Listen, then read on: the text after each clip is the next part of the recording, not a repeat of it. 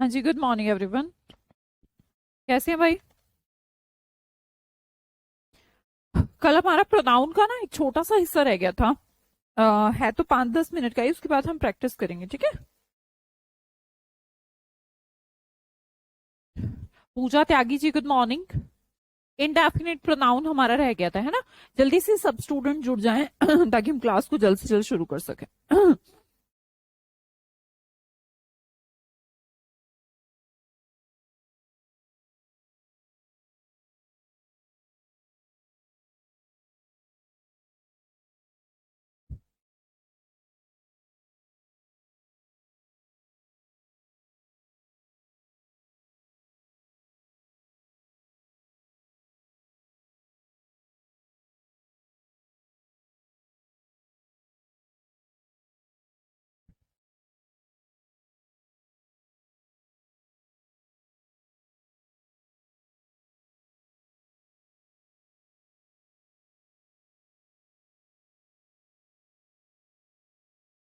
हाँ जी, करते हैं शुरू।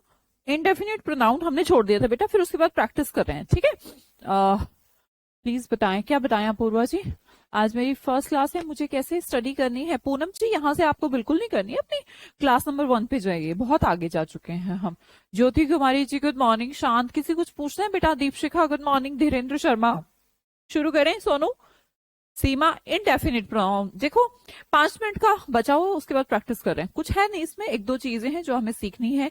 इनडेफिनिट प्रोनाउन, इसका भी नाम ही बता रहा है हमें कि भाई जब ये इनडेफिनिट कह रहा है तो कुछ ऐसे प्रोनाउन जो डेफिनेट नंबर, मतलब उसमें ना हमें एग्जैक्टली ये नहीं पता होता कि किन लोगों की बात कर रहे हैं, किन चीजों की बात कर रहे हैं। तो ऐसे भी कोई प्रोनाउन हो सकते हैं क्या जिसमें ये ना पता लगे कि किन लोगों की और किन चीजों की बात कर रहे हैं? हाँ जी, जैसे मैं कहूं एवरीवन, तो एवरीवन में कौन आता है? राजन जी, हो जाएगा बेटा, एडजेक्टिव होगा नेक्स्ट चैप्टर, है ना? तो अगले चैप्टर की बजाय इस चैप्टर पे ध्यान दे दीजिए, ये भी तो बहुत इंपॉर्टेंट है। तो अगर मैं कहूं एवरीवन, तो आप क्या सोचेंगे? एवरीवन में कौन? सब है, तो सबको इंडिकेशन है। एग्जैक्टली मुझे नहीं पता हु और व्हाट दे आर। एवरीवन, मैंने कहा सम स्टूडेंट्स, तो सम भी एक एडजेक्टिव बिहेव है।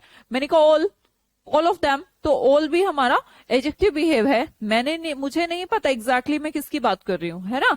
एवरीबडी है, समबडी है, नोबडी है, ये सब क्या है तो प्रोनाउन, पर हमें एग्जैक्टली नहीं पता हम किसके बारे में और कितनों के बारे में बात कर रहे हैं। बेटा सबसे आसान जो चैप्टर है ना ज्योति कुमारी, वो प्रोनाउन चैप्टर है, ठीक है? और फिर कैसे होगा? अच्छा, सबसे इजी चैप्टर, सब अपना मत देंगे।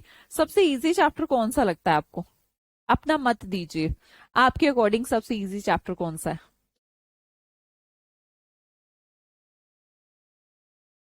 हाँ, कर लीजिए पूनम जी, साथ साथ अपने अकॉर्डिंग देखिए बेटा, आपकी कैपेसिटी क्या है। अब मैं कह दूं कि डेली देखते हैं 6 घंटे की क्लास, तो मैं कैसे कह दूं? मतलब सबका अपना अपना कैपेसिटी है पढ़ने का, मुझे नहीं पता आपका इंग्लिश का लेवल क्या है। भाई मेरे अकॉर्डिंग तो प्रोनाउंस चैप्टर सबसे इजी है, सबसे लॉजिकल, सबसे इजी, है ना? तो कहा जाएगा इनडेफिनेट प्रोनाउन वो प्रोनाउन होते हैं जिनके अंदर हमें एग्जैक्टली ये नहीं पता होता हम कौन वो पर्सन है, किसके बारे में जिक्र हो रहा है, कौन सी वो चीज है। फॉर एग्जाम्पल, मैंने कहा एवरीबडी एंजॉयड द कॉन्सर्ट, तो यहाँ पर जो एवरीबडी आपको दिखाई दे रहा है, चूंकि ये सब्जेक्ट की तरह बिहेव कर रहा है, वर्ब से पहले आया है, तो हमने कहा ये एवरीबडी है। एवरीबडी एग्जैक्टली नहीं बताया कौन है, पर एवरीबडी जरूर है।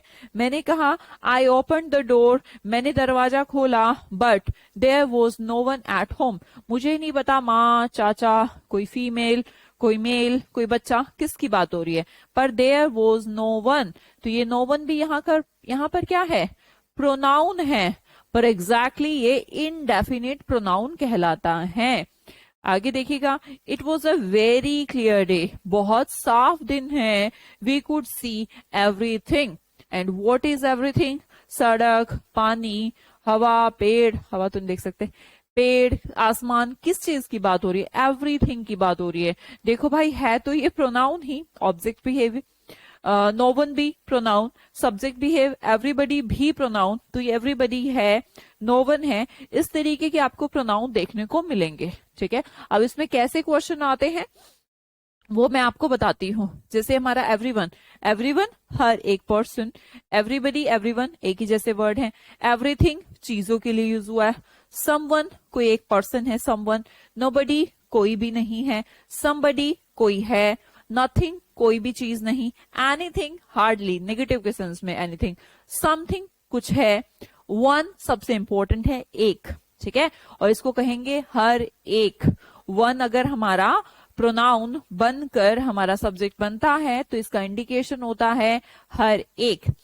एनीबडी, एनीबडी का मतलब आप में से कोई भी। एनीवन आप में से कोई भी। ऑल सब, सम कुछ, नन कोई भी नहीं, अभी जिक्र भी किया हमने इसका। बोथ दो, अ फ्यू कुछ।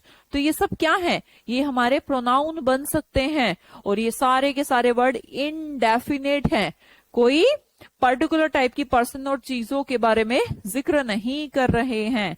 क्लियर हुई मेरी बात। अब हम वो बताते हैं आपको जिससे आपके क्वेश्चन पूछे जाते हैं।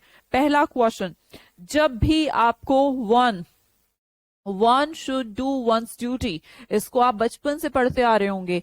भाई इस सेंटेंस के अंदर क्या मुझे कोई बताएगा कि सब्जेक्ट कौन है? Subhash Sharma ji, I'm always with you, beta. One should adapt himself to the situation that he faces in his life. इसके अंदर क्या मुझे बता पाएगा इस सेंटेंस का सब्जेक्ट कौन है? आप कहेंगे ma'am should adapt, should plus V1, चीजों को देखना, अपने ज्ञान चक्षु खोल के देखो, ठीक है। शुड अडेप्ट, मॉडल वर्ब, पहले क्या वन।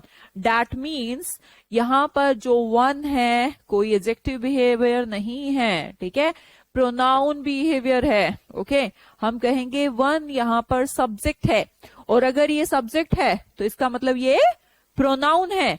और अगर वन प्रोनाउन है तो इसकी जगह पर जो रिफ्लेक्सिव प्रोनाउन और इसकी जगह पर आने वाले प्रोनाउन कुछ नहीं होते।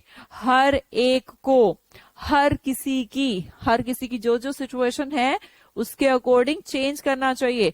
और दैट ही फेसेस, अब वन के लिए ही कैसे यूज कर सकते हैं? तो पहला केस जो सबसे ज्यादा एग्जाम में पूछा जाता है, वन जब भी प्रोनाउन हो उसका रिफ्लेक्सिव प्रोनाउन और उसका सब्जेक्ट आप ही हिमसेल्फ नहीं बना सकते। जहां पर भी आपको हिमसेल्फ दिख रहा है उसको वन सेल्फ में चेंज करेंगे। और ये ही भी वन के लिए यूज हुआ है, इसको भी वन में चेंज करेंगे। One faces in one self life, ठीक है। क्लियर हुई मेरी बात? तीन चार चीजें ध्यान रखनी है। क्या रिफ्लेक्सिव प्रोनाउन क्या रहेगा? वन का वन सेल्फ। अब इसके लिए दोबारा यूज करना हो कोई वर्ड प्रोनाउन तो क्या रहेगा? वन। अगर इसके लिए पजेसिव एडजेक्टिव यूज करना हो जैसे कि हिज, तो भी क्या रहेगा? One self. कभी भी वन के केस में ही, शी, इट किसी को मत लाइएगा। ये अपनी एक फैमिली इंडिकेट करता है। वन अपने आप में एक प्रोनाउन है, इनडेफिनेट प्रोनाउन, जो अपना खुद का रिफ्लेक्सिव प्रोनाउन रखता है, खुद का ही पजेसिव प्रोनाउन एडजेक्टिव रखता है, खुद का ही आपका सब्जेक्टिव फॉर्मेशन रखता है। समझ में आई बात? पहली बात अगर क्लियर हो गई हो तो बताइएगा। पूजा रावत मैम, इम्फाटिक और रिफ्लेक्सिव में क्या दिक्कत हो सकती है? इम्फाटिक का मतलब होता है पूजा, जब आप किसी बात को ये कहते हैं मैंने ये काम करा, बोला भाई मैंने खुद करा, तो आपका प्लेस रहेगा आपके सब्जेक्ट के बाद। लेकिन अगर आपका रिएक्शन आपके ऊपर ही आ रहा है, ठीक है, तो आप यूज करते हैं रिफ्लेक्शन। मतलब कि जो आपने वर्ब करी भी आपने और उसका असर भी आप पर ही पड़ा, ठीक है। मान लो कि आपने खुद को देखा। देखो दोनों बातों में अंतर नहीं है क्या पूजा? देखो सुनो मेरी बात। मैंने खुद को देखा शीशे में, मैंने खुद पूजा को देखा, दोनों बातों में अंतर है। जब मैंने कहा मैंने खुद पूजा को देखा तो देखा तो पूजा को है, और जब उसमें मैंने कहा मैंने खुद को देखा तो मैंने खुद को शीशे में देखा है, पूजा तो है ही नहीं वहां पर, ठीक है। तो दोनों के स्ट्रक्चर मैंने समझाए हैं। उसका स्ट्रक्चर वर्ब के बाद है, यहाँ पर वर्ब से पहले है या फिर एकदम बाद में है। बहुत अंतर है दोनों बातों में, काफी खैर चीजें समझ आ जाएंगी। नेक्स्ट देखिएगा, when one hears about the plane crash he feels very sorry. अब इस सेंटेंस को कैसे ठीक किया जाए बताइएगा। जी हाँ, कभी नहीं करना बेटा, वन सेल्फ ही रखना है तो मतलब वन सेल्फ ही रखना है।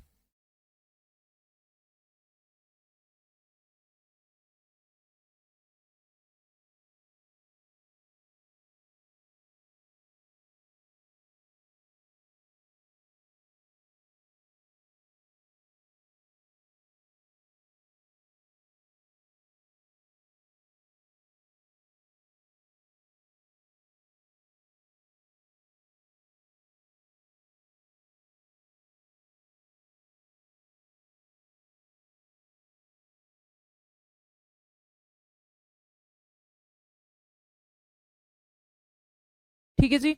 हमने कहा when one hears about the plane crash he feels very sorry, तो हमें इस when के लिए दोबारा से प्रोनाउन यूज करना पड़ा, जो हमें ही नहीं प्रयोग करना चाहिए, one ही प्रयोग करना चाहिए। one feels very sorry, तो यहां पर ही की जगह पर क्या आ गया, one आ गया। ठीक है जी, सिंपल हो गया काम हमारा।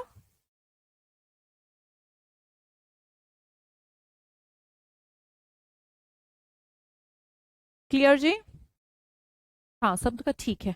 वन सेल्फ होगा, एक ने वन सेल्फ लगाया। बेटा देखो तो यहाँ पर क्या है, ये ही है, ही फील्स, ये वर्ब है। वर्ब से पहले क्या आता है, सब्जेक्ट आता है। तो वन का सब्जेक्टिव केस तो मैंने वन ही बताया ना, रिफ्लेक्सिव वन सेल्फ बताया था। तो जिससे गलत हो गया उषा, आपसे हो गया। वन सेल्फ क्यों कर रही हो उषा बेटा आप, फील से पहले वर्ब है उषा, वर्ब से पहले क्या आता है, सब्जेक्ट आता है। वन का सब्जेक्ट तो वन होता है, रिफ्लेक्सिव प्रोनाउन वन सेल्फ होता है यार। चलो आगे देखते हैं। One should do one's job well. अब इस सेंटेंस के अंदर भी कोई गड़बड़ है। क्या लिखा है, one should do one's job well, तो ये कुछ ऐसा केस है जो पजेशन का केस कह रहा है ना, पजेसिव एडजेक्टिव का केस कह रहा है। क्या इसको ऐसे ही लिखना चाहिए जैसे मैम हर्स में लिखते हैं HERS? जी नहीं, इसके लिखने का स्टाइल अलग है। एपोस्ट्रोफी एस के साथ इसका पोजीशन लिखा जाता है, वंस नहीं, एपोस्ट्रोफी एस। बेटा वन बहुत इंपॉर्टेंट है, इसका रिफ्लेक्सिव वन सेल्फ, इसका सब्जेक्टिव वन, इसका पजेसिव वंस नहीं लिखते जैसे हर्स में देयर्स में लिखते हैं ना, तो बच्चों को कंफ्यूजन हो जाती है कि देयर्स होगा, हर्स होगा, इसी तरह वंस भी होगा। तो वंस नहीं, इसके बीच में ना आपको एपोस्ट्रोफी का यूज करना होता है। लिखने का स्टाइल है, अब कुछ चीजें तो फंडामेंटल है लैंग्वेज की, आप उसको बदल नहीं सकते। ठीक है जी, क्लियर? हाँ जी, अगला सेंटेंस आता है हमारा, एवरीवन इन्फॉर्म्ड वंस पेरेंट्स। अब एक बार एग्जाम में ऐसा भी एक क्वेश्चन पूछा गया जिसमें यहां पर हमारा सब्जेक्ट था एवरीवन, और यहां पर इसका पजेसिव एडजेक्टिव बना दिया था वंस। भाई हमने कहा सिर्फ वन के केस में ही एक ऐसा होगा कि इसका पजेसिव वंस होगा। फिर मैम एवरीवन में भी तो वन है ना, पर एवरीवन का मतलब यहां पर वन नहीं है। एवरीवन संयुक्त रूप से एक अलग प्रोनाउन है, एवरीवन का इंडिकेटेड। अच्छा मैं आपको एवरीवन कहूं तो आप क्या समझेंगे? अगर मैं आपको कहूं एवरीवन गिव मी आंसर, तो दैट मीन्स आप सब पर्सन है, लड़का और लड़की, या तो हिज या फिर हर।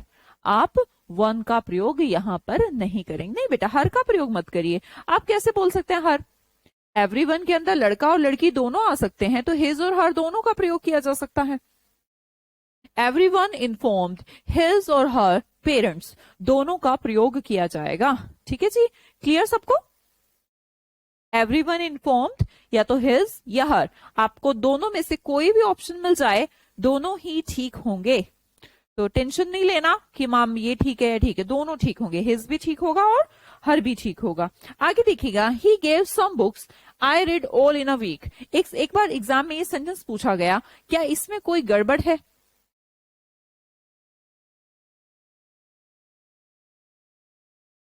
ही गेव सम बुक्स, उसने मुझे या फिर दी, उसने कुछ किताबें दी। आप उस सम बुक्स के लिए यूज कर लिया, and I read all in a week. तो ये ऑल, क्या सम की जगह पर ऑल यूज किया जा सकता है? किया जा सकता है। इसका मतलब समझिएगा, मैंने तुम्हें कुछ चॉकलेट्स दी, जब मैंने दी तो मेरे लिए सम थी, some is equal to all. ये एक रूल है, किसी का सम किसी का ऑल हो सकता है। मैंने आपको, मेरे पास 100 चॉकलेट थी, मैंने दक्ष को 10 चॉकलेट दे दी, तो मेरे अकॉर्डिंग तो मैंने उसे कुछ चॉकलेट दी, पर दक्ष ने सारी खा ली, तो दक्ष की तो सारी कितनी थी? 10 थी। तो सम को ऑल में परिवर्तित किया जा सकता है। इस बात को स्टार लगा के लिख लीजिएगा।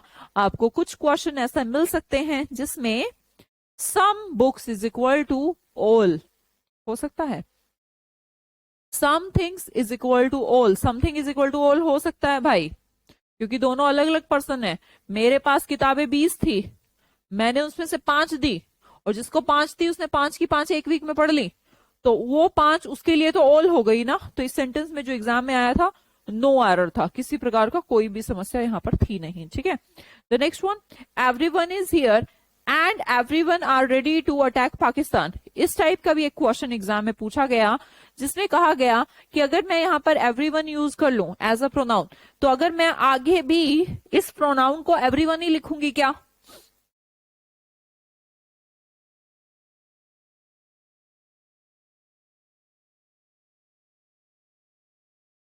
Everyone is here and everyone are ready to attack Pakistan. Video stop हो गया। पीछे वाले सेंटेंस में एपोस्ट्रोफी नहीं लगा हुआ था ना।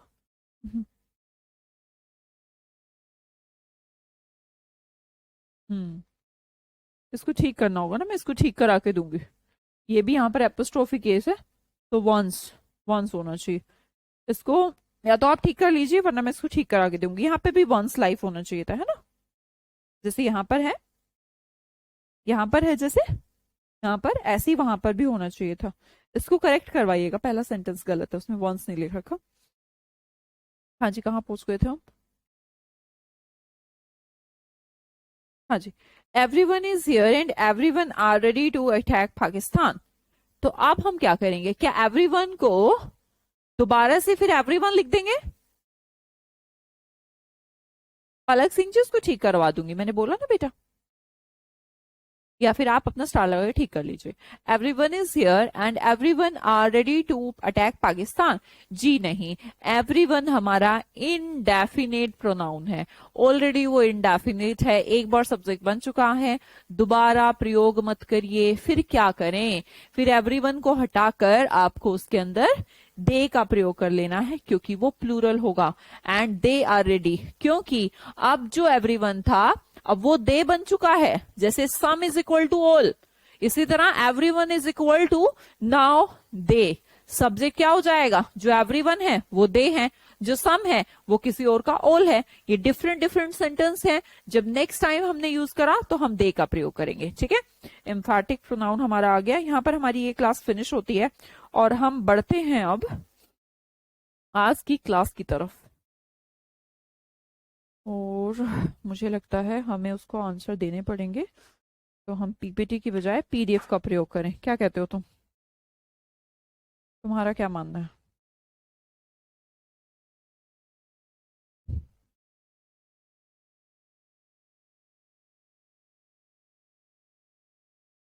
कुछ चीजें क्लियर हो गई होंगी, कुछ चीजें आप जब प्रैक्टिस करेंगे तो हो जाएंगे।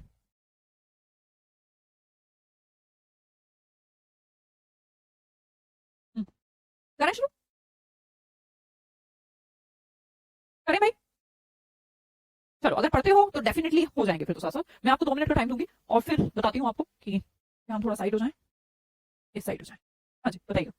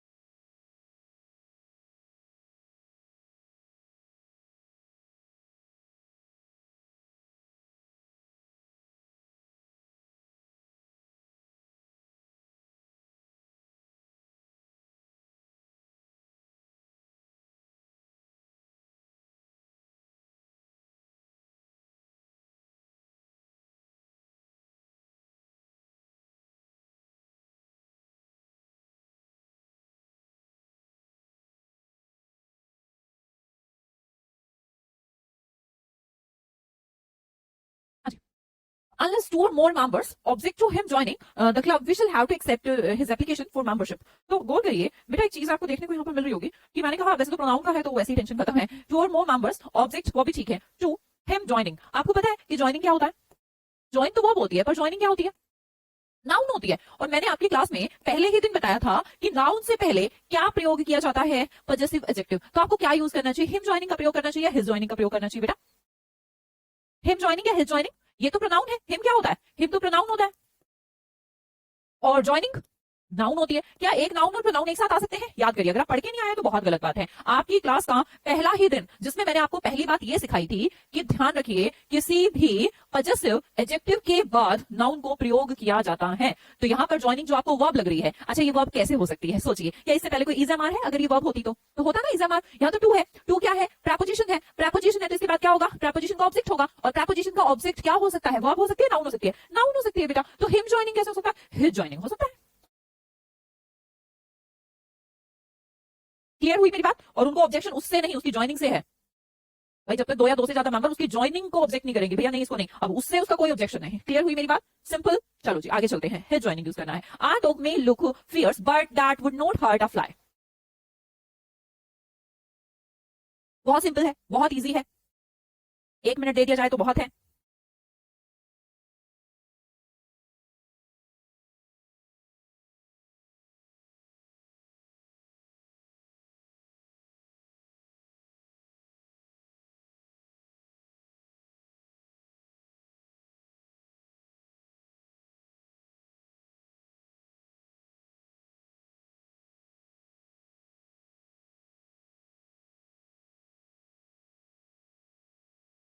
अरे भैया एक बात तो सोचो, क्या डॉग के लिए डैट का प्रयोग करना ठीक रहेगा?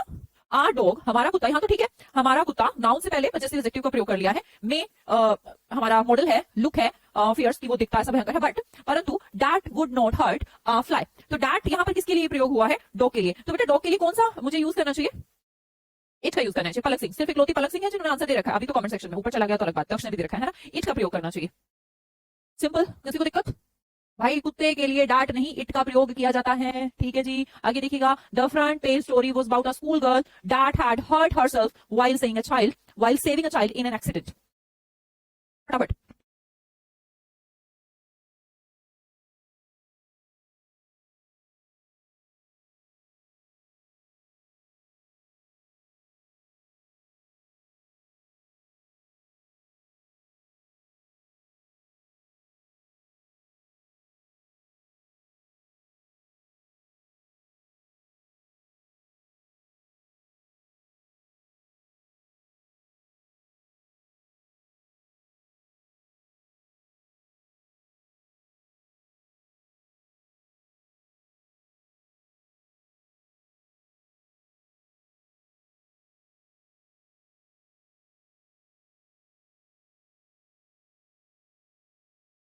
The front page story was about a school girl that had hurt herself while saving a child. देखिए, the front page story was about a school girl, ठीक है, डाट। तो बेटा ये डाट किसके लिए प्रयोग किया गया है?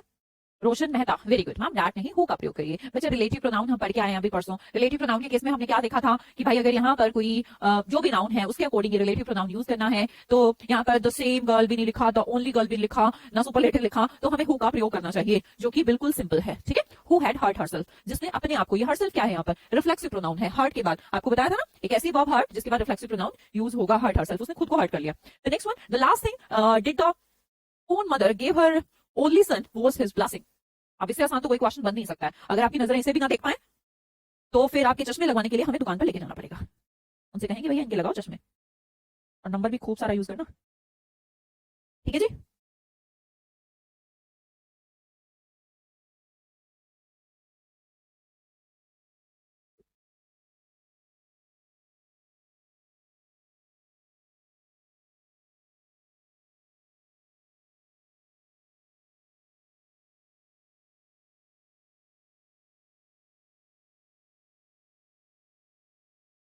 भाई एक बात तो सोचो कि ये जो मदर है इसके लिए ही हर ओनली सन, ये तो ठीक है, तो ये क्या यहाँ पर ठीक है? हिज ब्लेसिंग, हमने कहा ये उसकी नाउन, उसके लिए पजेसिव एडजेक्टिव का प्रयोग करेंगे, that should be her not his. यहाँ पर बात किसकी की गई है? ब्लेसिंग किसकी होती? मदर ने दिया ना, तो मदर की ब्लेसिंग कैसे हो सकती है? हिज क्या होनी चाहिए? हर ब्लेसिंग, है ना? कुछ और ही देख रहे हैं, कुछ और ही देख रहे हैं ना। अच्छा इसमें कोई दिक्कत नहीं, अब आप कहेंगे मम थिंग के साथ डैड भी थिंग के साथ डैड ही होता है, और द लास्ट थिंग भी है तो कोई दिक्कत नहीं है। Her blessings good. Clear, his नहीं हर का प्रयोग होगा। The next one, it's not I who is to blame.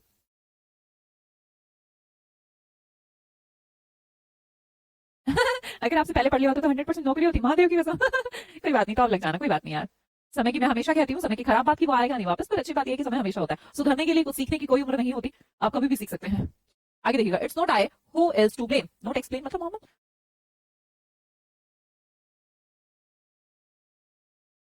नहीं आ रहा।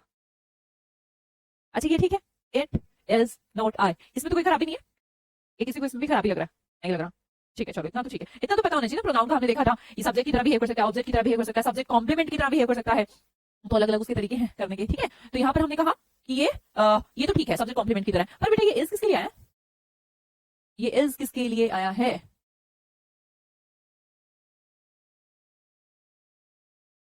आई के लिए, पर आई के साथ तो इज आता ही नहीं। बोलो क्या आता है आई के साथ? इट्स नॉट आई, बेटा आई क्यों नहीं आएगा? अच्छा मैंने शुरू में ही पढ़ाया आपको कि जब भी ऐसे हम सब्जेक्ट कॉम्प्लीमेंट का प्रयोग करें, यहाँ पर सब्जेक्टिव केस को प्रयोग करेंगे। ठीक है, तो इट्स आई बिल्कुल ठीक है, पर यहाँ पर इज ठीक नहीं है। आई के अकॉर्डिंग भाई क्या है, एक बात सोचिए, हु क्या है? हु तो सिर्फ एक रिश्तेदार है, बेसिक जो संबंध है वो तो आई और इज का है ना, तो ये तो सिर्फ रिश्तेदारी करवा रहा है। अब मीडिएटर का क्या काम है? मीडिएटर की तरह शादी तो इनकी होनी है आई और इसकी, तो आई के साथ इस नहीं प्रयोग होता, आई के साथ एम प्रयोग होता है, तो ये हमें देखना पड़ेगा, समझना होगा। ठीक है, हु क्यों नहीं यूज होगा भाई? क्यों आई के साथ हु में क्या खराबी है? बिना मतलब तू क्या मन मारिए, क्यों ना आप पढ़ के नहीं आते, चीजें पढ़े ना तो क्लियर हो जाए। Each of them has to understand their responsibility. Each of them, करो जल्दी।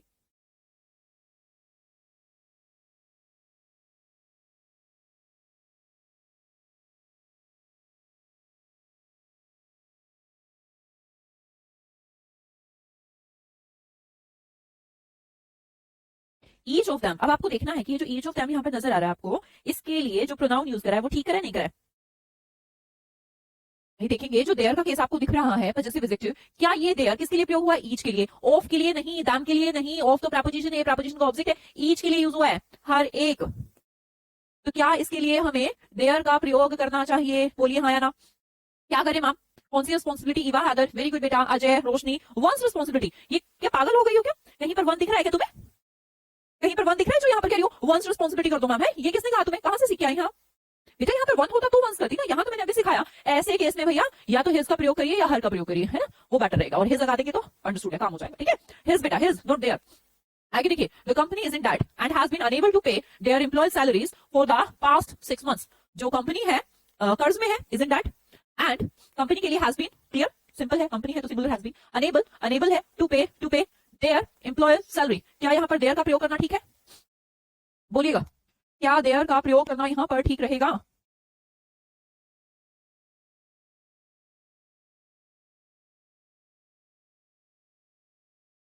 नहीं भैया नहीं रहेगा, क्योंकि ये देयर एम्प्लॉय किसके एम्प्लॉयज हैं?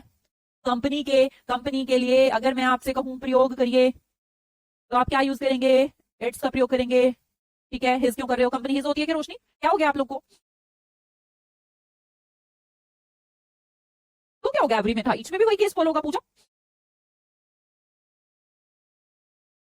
कंपनी के लिए इट का यूज करते हैं, इट का पजेसिव इट्स बनाइएगा, ना कि हिज हर। कंपनी इंसान नहीं है जो हिज हर बना रहे हैं। आगे देखिए, चलो अलग है। The company has appointed consultants to help them increase its revenue and improve its financial position. करिए, हिज नहीं होगा सीमा, कंपनी हिज नहीं होती।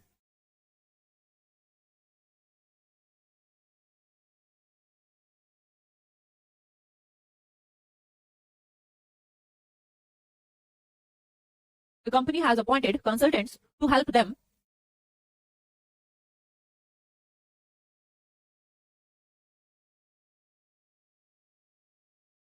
बेटा कंपनी सिंगुलर नाउन है, तो देम नहीं, आप इट का यूज करेंगे।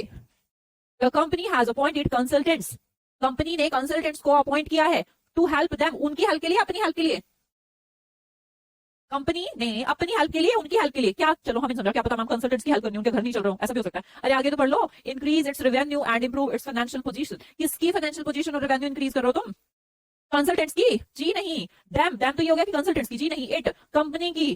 कंपनी का रेवेन्यू पोजीशन ठीक करना चाह रहे हो? तो कंपनी हमारा सिंगुलर नाउन है, पहली बात। दूसरा, इसका कोई जेंडर नहीं है जो हिज हिम यूज करें। तो कंपनी के लिए जब हमें प्रयोग करना है प्रोनाउन, तो आप इट का प्रयोग करेंगे, ठीक है, दैम का नहीं, सिंगुलर है वो। Government and business houses, governments and business houses must reduce its own energy use and promote conservation to their citizens and employees. Government and business houses, यहाँ पर भी उसी चीज का एरर है जो आपको पिछले दो में दिख रहा है। थोड़ा सा ध्यान से पढ़ेंगे, टेंशन नहीं लेनी कि मैं बहुत बड़ा है, बड़ा बड़ा कुछ नहीं है।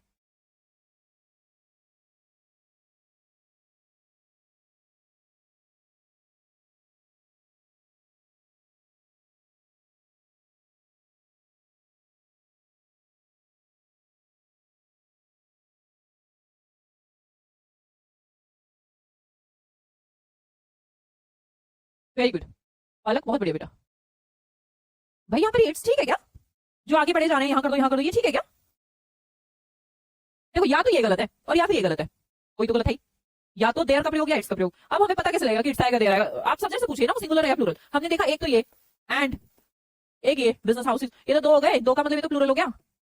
कंपनी तो सिंगुलर थी, प्लूरल है, तो इट का प्लूरल क्या बनेगा? Their. Reduce their own energy use and promote conservation to their citizens and employees. It का नहीं, देयर का प्रयोग करिए। सब्जेक्ट से पूछिए तो सिंगुलर है या प्लूरल, वो चीख चीख के कह रहा है भाई मैं प्लूरल हूं, और अगर वो प्लूरल है तो आप इट्स क्यों लिख रहे हैं, देयर लिखिए। फिर आगे देखिएगा, even those which have no previous work experience have applied for his job.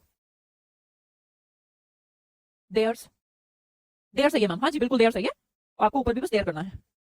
Even those which have no previous work experience have applied for this job होगा यहाँ पर, है ना?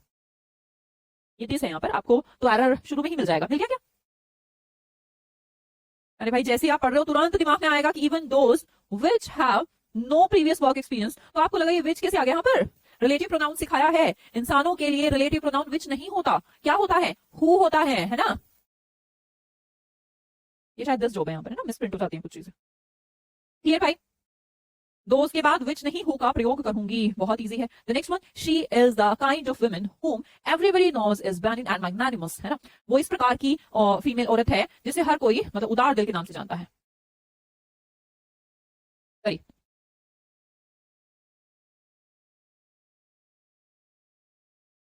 पढ़ के नहीं आए हो तुम लोग यार, मतलब मैं अगर देख पा रही हूँ, महसूस कर पा रही हूँ कि इतने कम लोग आंसर दे पा रहे हैं, क्या बात है? कुछ ऐसा है जो पढ़ाया नहीं? ऐसा नहीं कि दे नहीं रहे, पर कम दे रहे हैं, गलत बात है ये तो। पढ़ के नहीं आए हो भाई, यहाँ पर होम लगाना सही है क्या? रिलेटिव प्रोनाउन का कैसे, हु आएगा या हुम आएगा? मैम वुमेन है तो हुम आ सकता है, मैं मना नहीं कर रही, पर आगे लिखा है एवरीबॉडी नोज, सब्जेक्ट ये रहा, ये इसकी वर्ब रही, तो ये तो फालतू है यहाँ पर, ये क्या कर रहे हो तुम?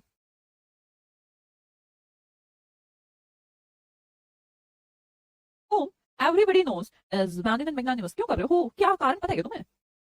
भैया वो इस प्रकार की महिला है, she is the kind of woman, वो इस प्रकार की महिला है जिसे हर कोई जानता है, मैग्नेट एंड मैग्नानिमस। हो मैम, क्यों? कारण पता है? ये तो सब्जेक्ट है, वर्ब है, वहां वो क्यों लगा रहे हो? किसका किसका सब्जेक्ट गायब है ये बताओ तुम मुझे, कौन सी ऐसी वर्ब है जिसका सब्जेक्ट गायब है? अच्छा देखते हैं ना, सोचते हैं हम, आराम से सोचते हैं, तुम्हें नहीं पता कोई बात। अब तो ये देखना पड़ेगा। चलो, she subject is the kind of woman, अगर मैं इस सेंटेंस को पूरा देखूं, she is the kind of woman, इसके अंदर सब्जेक्ट और वर्ब दोनों है, क्योंकि यहाँ पर ये जो हमारी इज है यही हमारा मेन वर्ब का काम कर रहा है, जिसे लिंकिंग वर्ब भी कहते हैं। जैसे कि मैंने कहा शी इज अ टीचर, तो शी इज आर टीचर, तो वुमन हो गया, तो सब्जेक्ट भी वर्ब यहाँ तो कंप्लीट कर देते हैं। आगे चलते हैं, होम एवरीबॉडी नोज, तो एवरीबॉडी यहाँ पर सब्जेक्ट है, एवरीबॉडी की नोज सब्जेक्ट वर्ब है। ओके, फिर हम चलते हैं इज गुड, तो मैंने कहा इज गुड या इज मैग्नेट एंड मैग्नानिमस, तो यहाँ पर मैं हु लिखूंगी या होम लिखूंगी? हु इज गुड या होम इज गुड? आप कहेंगे हु इज गुड, बता ठीक रहे हो, पर तुम्हें कारण नहीं पता ना, तुक्का मारो। इसकी इज जो यहाँ पर है इसका सब्जेक्ट गायब है, और अगर आप कहेंगे मैम ये रहा, तो इसका तो ये रहा वर्ब, इसकी वर्ब ये है, इस वर्ब का तो सब्जेक्ट गायब है, इसलिए हम होम की जगह पर हु करेंगे। साइड मैम थोड़ा भैया, कितना साइड हो, ट्रेन से भाग जाए पूरा है जी। लो अब बताओ, क्लियर हुई बात? पूछ लेना अगर किसी को भी डाउट हो किसी भी प्रकार का। भाई थोड़ा ऐसा लग रहा है तुम पढ़ के नहीं आए, पढ़ के नहीं आए क्या? बिल्कुल सही बात है, सिर्फ एक अलग है जिन्होंने एकदम बढ़िया आंसर दिया है, जो मैंने बोला वही आंसर उन्होंने दिया, पर गलत है अगर आप पढ़ के नहीं आ रहे हो, बहुत गलत एटीट्यूड है। चलिए बस एक और करिए, बस फिर पढ़ के आना, और कल अगर नहीं पढ़ के आएंगे ना तो दिक्कत हो जाएगी। मान लो मैं प्रैक्टिस करा रही हूँ, 4-5 बच्चे आंसर दे रहे हैं, बाकी सब बैठे हैं, क्या हो रहा है? या तो ये कहिए कि मैम ये पढ़ाए नहीं गया, इसको लगता है पढ़ाए नहीं गया। चलो next one, there was no love lost between the twins and they couldn't see eye to eye with one another. अब ये भी ना करें तो बताओ कैसे होगा? तो तुम्हें पिटाई पिटाई कर देनी चाहिए मुझे।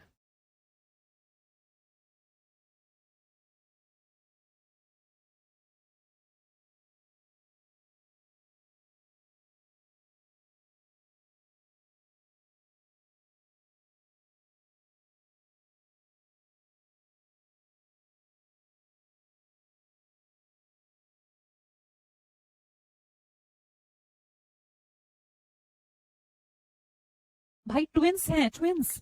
ट्विंस कितनी होती हैं? हमारे यहाँ तो दो होती हैं, तुम्हारा पता नहीं। दो है तो दो के लिए कौन सा रेसिप्रोकल प्रोनाउन यूज किया जाता है? वन अनदर या ईच अदर?